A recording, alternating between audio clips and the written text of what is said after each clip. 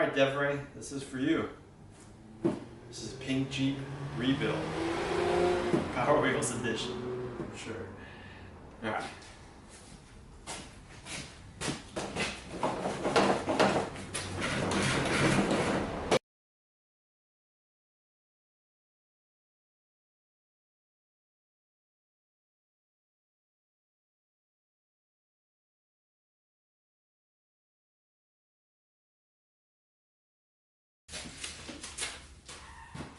Alright, now that I got it all stripped down, I should probably tell you what the plan is.